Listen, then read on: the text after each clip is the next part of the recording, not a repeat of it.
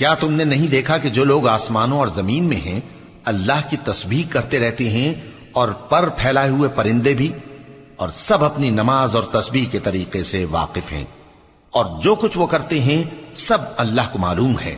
और आसमान और जमीन की बादशाही अल्लाह ही के लिए है और अल्लाह ही की तरफ लौट कर जाना है। क्या तुमने नहीं देखा कि अल्लाह ही बादलों को चलाता है, फिर उनको आपस में मिला देता है, फिर उनको तह बतह कर देता है। फिर तुम देखते हो कि बादल से मेंह निकल कर बरस रहा है, और आसमान में जो ओलों के पहाड़ हैं उनसे ओले नाजिल करता है, तो जिस पर चाहता है उसको बरसा देता है और जिससे चाहता है हटा रखता है। और बादल में जो बिजली होती है उसकी चमक आंखों को खीरा करके बीनाई को उचके लिए जाती है। अल्लाह ही रात और दिन को बदलता रहता है। अहले बसारत के लिए इसमें बड़ी इबरत है। और अल्लाह ही ने हर चलने फिरने वाले जानदार को पानी से पैदा किया